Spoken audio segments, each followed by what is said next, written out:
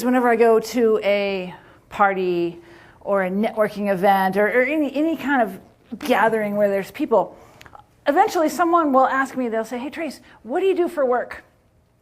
And I say, "Hey, I'm a body language expert." And right then I get the same response from almost all of them across the board. And it goes something like this. They get a stressed look on their face, and they cross their arms, and they take about a half step back, and they go, "How's my body language?"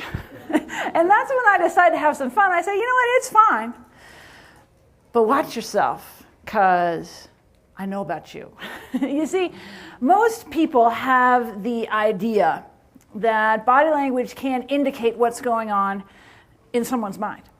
Few people take the time to study it, and fewer take the time to really learn how to use it strategically so you can get a lot more of what you want. And that's what we're going to get into tonight, so that you can walk out of here with some new skills that are going to impact what you do right away. Because we're going to get into even a little bit of practice for you, because I want you to get good at it. It can absolutely transform your life. Now, I got into body language through sports. That's me. I used to race bikes, and I got really good at it. But before I was good, before I had the idea that I could be good, I only knew one thing when I first started. And that is that I was really, really bad. Really bad. I sucked. And the thing about being a bike racer that doesn't quite cut it is that I believe we're motivated a little bit differently than maybe other athletes would be, like football or basketball. We're motivated differently to get better in a hurry.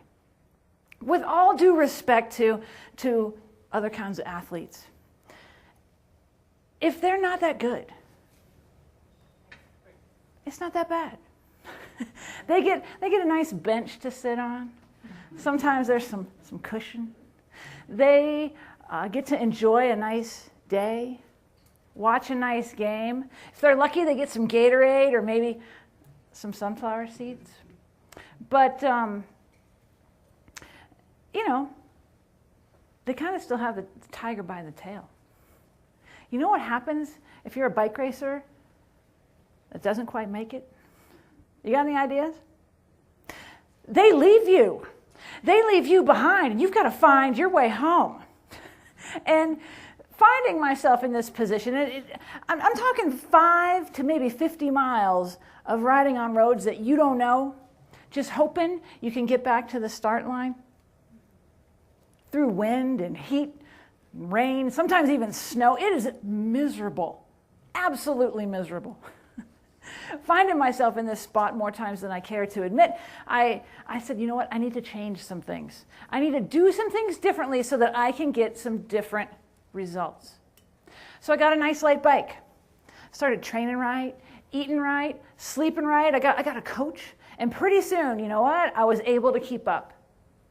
But from that day, I was able to keep up to the end of my career. I was never the strongest one in the pack. Never. Because see, bike racing is all about strength to weight ratio. I'm not really built to be a great bike racer. I'm kind of big. I'm lean, but I'm not that lean.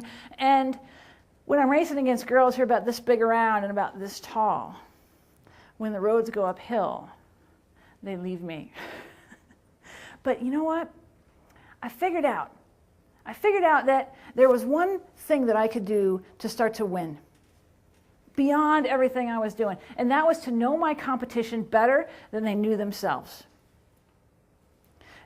And I started to learn that through reading their body language, because I knew eventually what they were going to do before they were going to do it, and I could outsmart them. And on days when it counted, I could win. And on 3 particular days when it counted, it worked out really well, because those were the days of the national championships. I won 3 of them.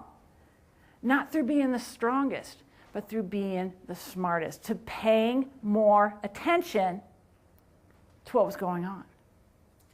And I found out, once I retired from bike racing, that it worked the same in business. All you have to do is pay attention and you get a lot more of the good stuff, a lot more of what you want.